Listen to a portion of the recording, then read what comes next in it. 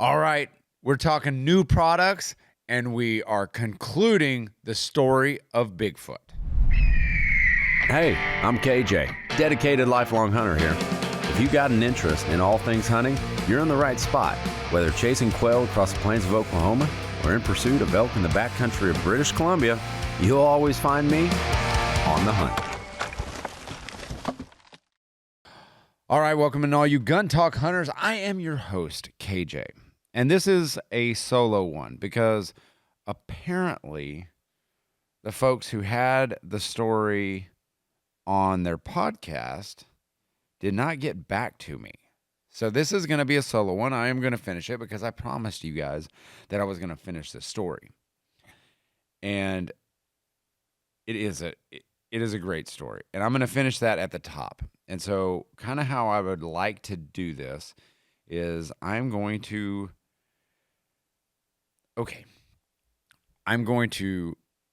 tell the rest of the story, and then we're going to talk about it. And I don't know if Paul has a mic, our producer Paul. Do you have a mic over there? He doesn't. But if he has something really funny to say about this, I will let his voice be heard in some form or fashion. I will voice it over or something. But Whiskey and Windage did not get back to me. But I want to finish the story. But we have new products to show. Some on the day of this recording just launched. And FYI, I am bleeding all over the place because if you're watching this, the deer head that is on the table just fell off, and it's just a European mount, and I go to grab it, and the nose has been broken off of this one, and I went to catch it, and I stabbed myself, and so this is this 10-pointer's last revenge, I guess. Like he ended up winning the war, I guess, but he tasted delicious. So let's finish this story. So this is the story and where we had left off, and I'm going to run through it real quick. And I will just finish it out because I think that's probably the best way. Don't you think, Paul? So Bob is getting dropped off to go hunt. He gets dropped off. Oh, I do have to say this episode is brought to you by EOTECH, Ruger, and Range Ready. We'll get that out of the way. Bob gets dropped off. And he gets dropped off in a hunting blind. I have to assume this is Texas. I'm pretty 100% sure this can only happen in a place like Texas.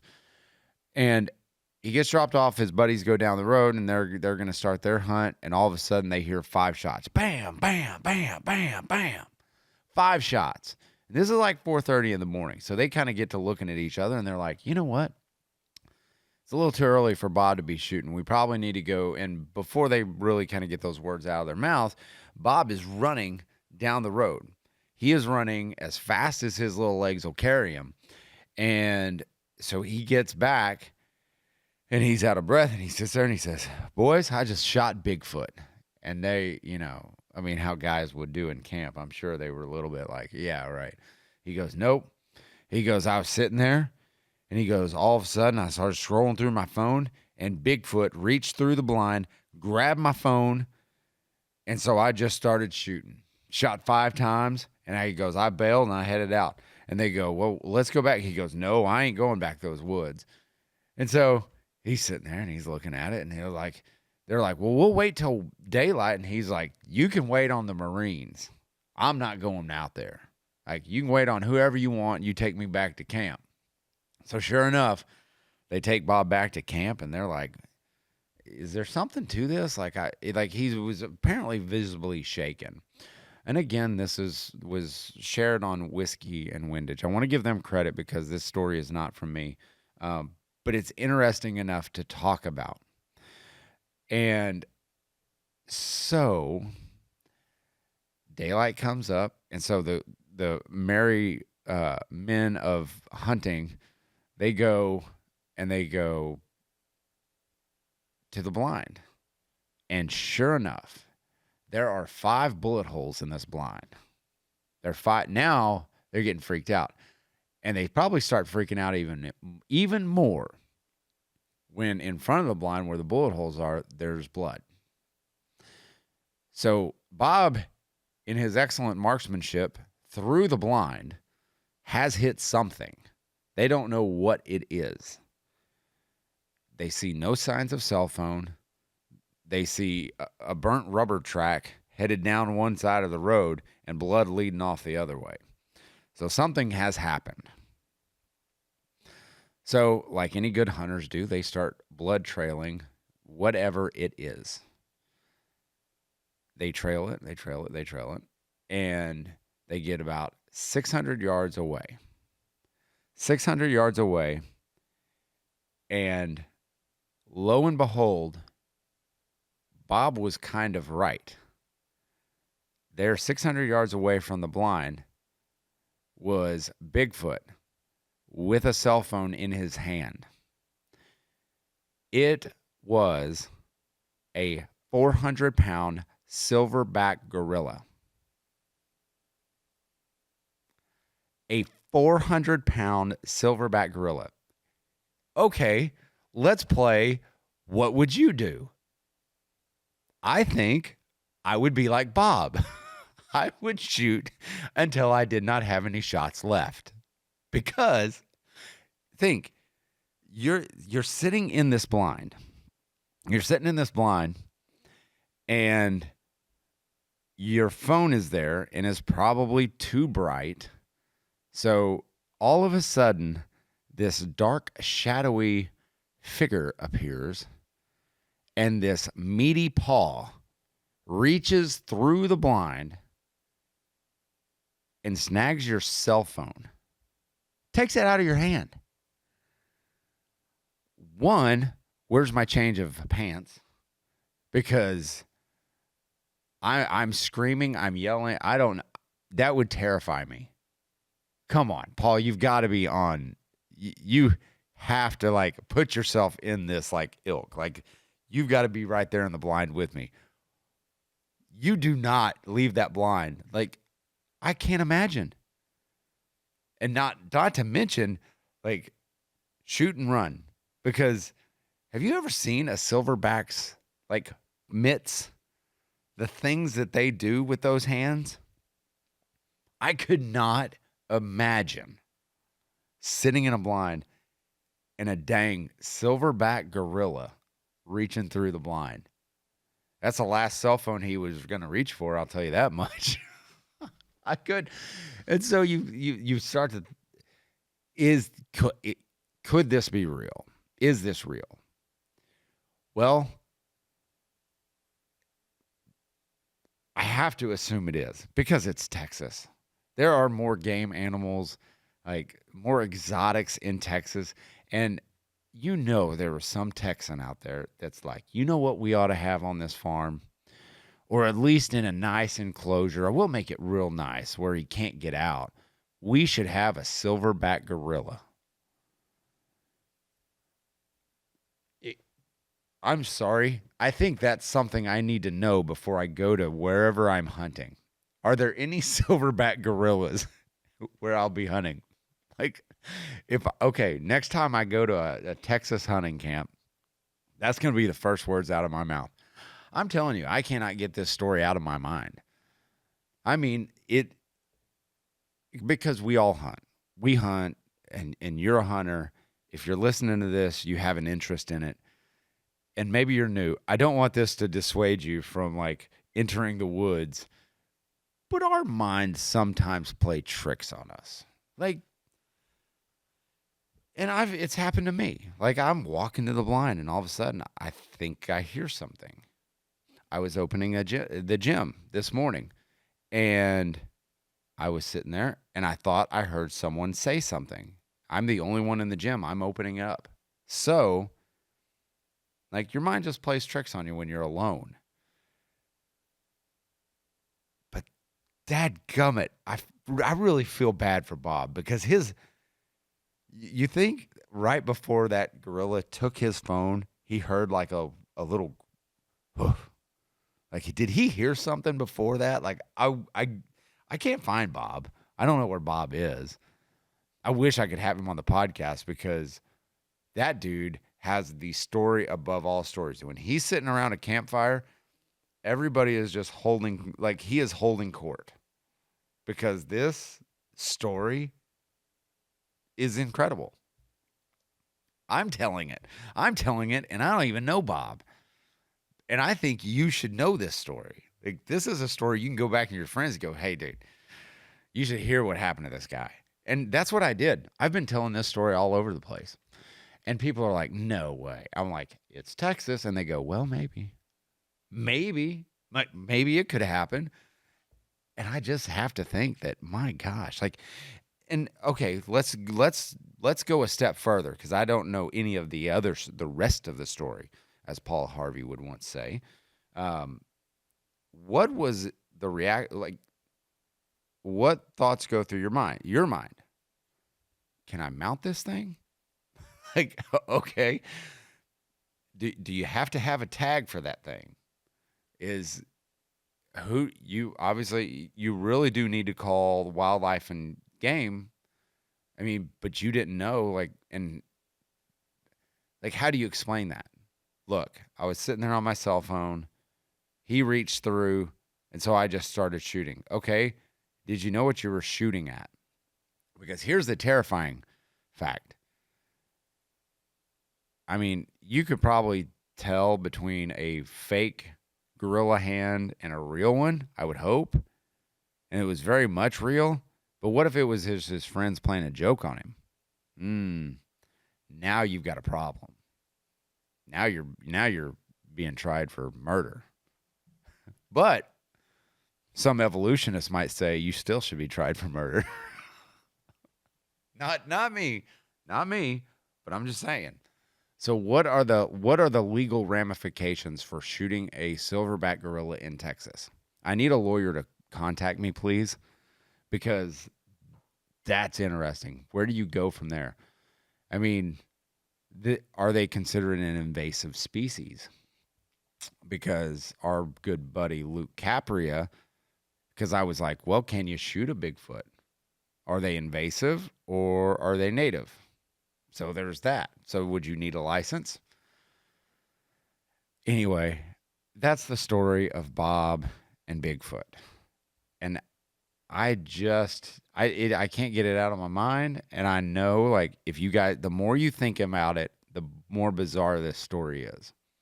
And then it really could happen, because on all these, like, Texas ranches, I mean, they have these game auctions and everything else. And it is not beyond the scope of reality to sit there and go, oh yeah, like a hunter's coming in and he wants to shoot a giraffe or a hippo, and magically there's a hippo on this ranch. I've heard about it before. Well, we didn't have one, but we knew of a ranch, 3 ranches over, that had this exotic game animal, wherever you want to shoot. And so we went over and we bought it, and he came up, and it's a funny story that I do reflect on every once in a while, is on some of these ranches. Well, they kind of need to acclimate to the area and stuff like that, and so they, like, until they put them out with the other animals, they got to make sure they've got a clean bill of health and that kind of stuff. And so the hunter comes in, man, we just didn't see him today. Oh man, we didn't see him the next day. All right, on the 3rd day, I'm sure he's probably going to show up here at some point. Kick him out of the trailer, clear bill of health, go for it. And then magically he shows up, and man, that hunt ended on the 3rd morning. Like, it happens. Like, stuff like that happens. It's fascinating, because I mean, with any amount of money, you can hunt any game animals you really want in Texas. I know that. Like, I've seen them on the hoof. I'm like, wow, how'd that thing get here? Oh, the game auction down the road. Like, we purchased him like a couple weeks ago. All right. Like, it's cool. But I'm not hating on any ranches. Like, I don't want that to, like, come across like I think it's wrong or anything like that. They are doing a service, because a lot of these game ranches are doing their conservation efforts. Like, FTW has a great conservation program where they have some of the largest herds of populations in all of the world. And so they are doing a good service in conservation. But I think when you start talking about the hunting aspects, and like it's like ordering off of a menu almost, like on which ranches have these animals and stuff like that. That saves you some money from going over to Africa, I guess, to hunt them or wherever they're from. But anyway, that's the story. I'm sticking to it. After this break, we're going to get into a couple of new products, 3 new products. 2 of them launched on the date of this filming, which is on the 20th of March. And one of them has been out since SHOT Show, and we shot it on the March 19th, and we were very impressed with it, impressed with what it could do. And for hunters looking for a lighter option or a smaller option, it might just be perfect for you. And I've got to talk a little bit about it. So on the other side of this break, we'll get right into it. The Ruger Precision Rimfire, or as the cool kids call it, the RPR. This beast has a heavy contour barrel, a Ruger Precision Rifle muzzle brake to tame recoil like a well-trained hunting dog, and an adjustable trigger that's smoother than your best pickup line at the bar. Need versatility? The multi-mag interface lets you run mags from AICS to mag pull style, so you can stop hoarding magazines like a doomsday prepper. Plus, with a fully adjustable buttstock, this rifle fits you better than your favorite pair of hunting boots. Bottom line, if you want long-range accuracy, smooth operation, and durability built into one serious rifle, get yourself an RPR. It's time to prepare for the shot of a lifetime. Whether you're a seasoned hunter or new to the sport, preparation is key. I preach it all the time. At Range Ready Studios, we offer the training you need to make that shot of a lifetime. Chris Serino is on staff, and he has a host of instructors on hand to provide personalized trainings in state-of-the-art facilities and practical exercises that build your confidence and skills. From precision marksmanship to quick target acquisition, we've got you covered. Don't leave your success to chance. Visit rangereadystudios.com to learn more. You ever wish your hunting rifle had an optic so compact and tough it could probably survive a bar fight? Well, meet the EOTECH Vudu 3-9 by 32. At just 6.8 inches, this little beast is built from aircraft-grade aluminum because regular aluminum is for soda cans. It's fog-proof, waterproof, shockproof, basically life-proof. You get crisp second focal plane precision, cap turrets that won't get bumped out of zero, and an illuminated reticle with 10 brightness settings. And the best part? It's got an integrated base that plays nice with mini ACOG mounts. So yeah, it's short, it's sharp, and it's ready to make you feel like a marksman of legend. The Vudu 3-9 by 32, because your rifle deserves better than good enough. All right, we're back, Gun Talk Hunters. This, for an update, Paul, our producer, phenomenal job on the research, but under the, dude, you got to just tell me it, and I'll repeat it. The Dangerous Wild Animal Act, apparently, it does allow you to have gorillas and apes. Now, as far as shooting them, like you can, because it like there's a gray area, maybe a silver area, if you will, but it's more of a like because silverbacks are endangered, so that's got to be a big no-no. However, under the wild and dangerous game laws, it says you can shoot. Like, you can own them. There's a gray area there that I could not legally tell you to do it. I'm not a lawyer. Neither is Paul. Okay. All right. Jumping into new products. Let's talk about the one that has been out for a little bit. EOTECH, the 3-9 by 32.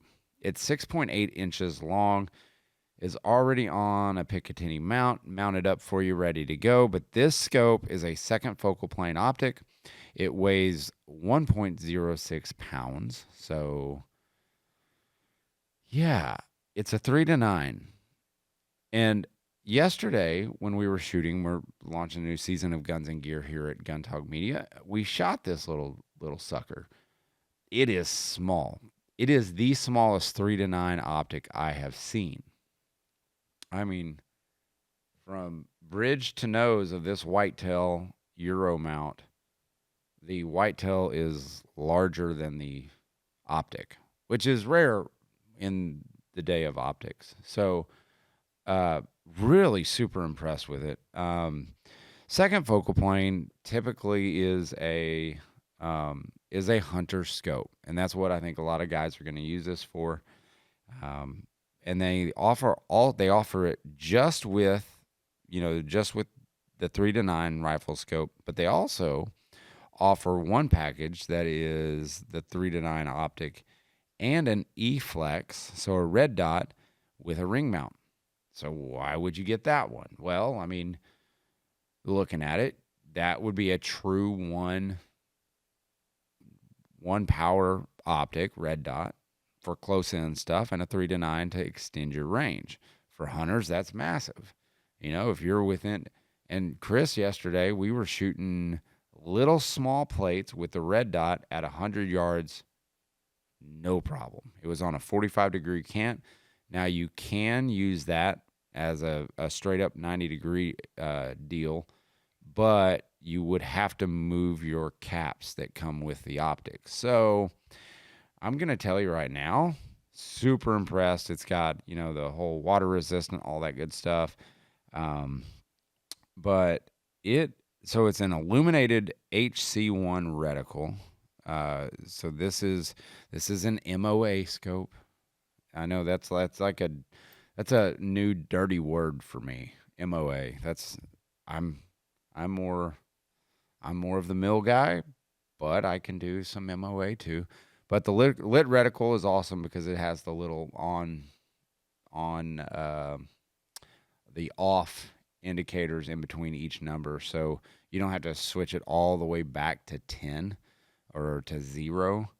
You can just go in between the levels of brightness, which there's 10 of them, which is a great option. It's powered by a CR2032 battery. But yeah, the Vudu HC1 reticle. If you're looking for a lightweight gun and a smaller package to carry around with you, this is not gonna take up any space. So I think that's really cool. I wonder what's next, because every time a new product like this comes out, that I'm like, man, they really kind of knocked it out of the park on that one. What are they capable of? What are they capable? Because you think about it, EOTECH really has been on the cusp of doing something even greater than this, because they had a 3 to 18 optic that was it was really, really small. So I just wonder, and I think it was their Vudu. It was their Vudu 5 to 25, which it's a 5, typically 5 to 25. Magnification powered scopes are a lot bigger, and theirs was one of the shortest ever created. So it just makes you think what's possible, and we are definitely living in the golden age of gear right now, because the two products that really launched that really have impressed me, because we're always mounting and unmounting scopes. We're always moving optics all over the place. Because when you talk about shows like Guns and Gear and Build Box, even to a certain extent, First Person Defender, and a lot of the other content that we produce, I mean, we have to maneuver optics, because we just don't have enough optics to just slap on. And we have favorites, like this Vudu 3 to 9, that this optic will go on a lot of different things. So we need a better sense of what the tools that we have. And I'll jump into, why don't we roll with the Pro Torque? The Pro Torque is a cool one, just because it's, I don't know, it's a torque wrench. I mean, you've seen them. Caldwell has them, and there's quite a few more out there or Wheeler has them. Wheeler Tools has them, the fat wrench and stuff like that we're all aware of, and they work great. They're great little tools. But the Pro Torque wrench is brand new, and it is handy as buttons on shirts, as my grandfather would say. You can adjust it with one hand. I really like that. And it's the inch pounds indicators on it are clearly marked. And so for each turn of the torque wrench, there are notations on the bezel of the wrench that are marked. They're indicators. It's marked 2, 4, 6, 8, and then 0. And so each revolution of the torque wrench is 10-pound adjustments. So you can get really fine. So if you wanted to go to 18, you would just back it off to match up the inch pounds and the number 8. And then there you go. You're in business. And so you have 18 inch pounds. So I think that's really cool that they've done it that way. But it's offering your torque settings from 10 pounds all the way up to 90. And of course, with any Vortex product, you get a lifetime guarantee on it. So just send it in, and that's amazing. But yeah, and all of I want to see what. So bit holder works with any quarter inch bits. And you get, let me see. So you get 8 hex bits from 3/16, all the way up to 2 millimeter, which is cool. 3 Torx bits, T10, T15, and T25. 1 10 millimeter wide screwdriver bit, and 1 1/2 inch socket, a 1/4 inch hex, a 1/4 inch square socket adapter. So, for mountain optics, this is all you need. This little thing right here, it's got for all the bits, it's got a nice little holder that wraps right around the torque drive set, which is man, it's really cool. I like it. And we just got these in, and we're going to do a little bit over them, and I hope you guys like it. But this is kind of our first feature piece over, like, kind of detailing what it is. But so far, it's really, really worked out. I think more and more companies, especially in the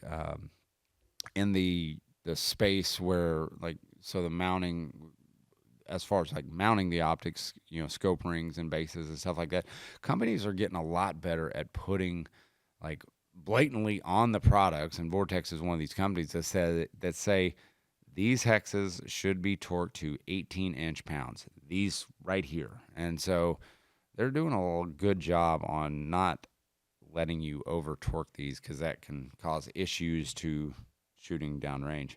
The last one that I really want to talk about, and it's so simple, and I know you guys are probably bored with product talk, but these are the cool things that we get in that sometimes the simplest products don't get the most love. It's always these newfangled, like, guns and calibers and stuff like that. They get all the love, and I think products like this are often missed. But this is a pro leveling kit, is what they're calling it. Their pro leveling kit, $24, and so it's $25. It's an easy buy, if you will. One-handed operation, lightweight, and it comes with 2 levels. The one, and I'm gonna do my dangest to describe it for you guys listening over the airways, which I do appreciate. But it's spring-loaded for any pick rail. So if you can picture a very, very slim line piece of equipment with a bubble level on the end of it, enclosed, and these are very accurate. But you can hook it onto a pick rail, and the spring closes, which will hold it into place, so you don't have the level coming off or it's loose. So it's locked in there. And where I also see this coming into play are on your hunting guns. Just leave this set up on a pick rail on your hunting gun under your scope, and now you have a level on your scope. That's I mean, you're getting a little bit of a dual purpose in that, which I really like. But it's pretty cool. It's a lightweight aluminum housing on this thing, but just another little tool in your toolbox that would be handy. But yeah, it clips to any Picatinny rail, and it's so simple. It's just got a little bubble level in it, and it comes with an additional level, which you can put on the end of your gun or on the top of your scope. So if you're leveling that scope, you can have one on your gun attached to a pick rail, and then slide the other one on your scope to make sure it's nice and level. So your gun's level, your scope's level, you're all good. So anyway, that's just a couple products that we're talking about and using here around the office. Chris and I really do like this one. Unfortunately, and I hate that I love that I do this, but unfortunately, I gave this one away just like 30 minutes ago. I put it under my desk because I was going to take it home. But Tom Gresham is in the office today, and this is something that Tom Gresham would absolutely love. And so he is going to be the new owner of a Pro Torque wrench and Pro leveling kit from Vortex. So, you got to take care of Tom because, he enables all of us. So every once in a while we can enable him just a little bit. So that's it for me, guys. Hey, don't sleep on new products, and definitely don't turn your back on Bigfoot, because that's something that I would not do. Anyway, that's all for me from here at Gun Talk. Keep those muzzles pointed in a safe direction, and always be on the hunt.